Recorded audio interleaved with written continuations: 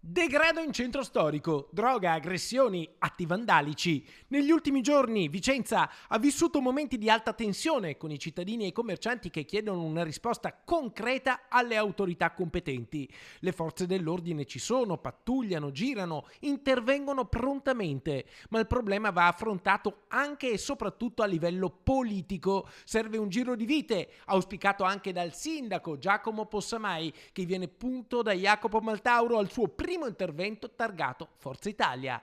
Gli episodi degli ultimi giorni e delle ultime settimane sono la plastica certificazione di una situazione che in città, dal punto di vista della sicurezza vissuta dai cittadini, è in forte peggioramento. Una situazione a cui oggi il sindaco risponde dicendo che la sicurezza è una priorità e che anche a livello nazionale servono pene certe e un inasprimento generale del tessuto legislativo.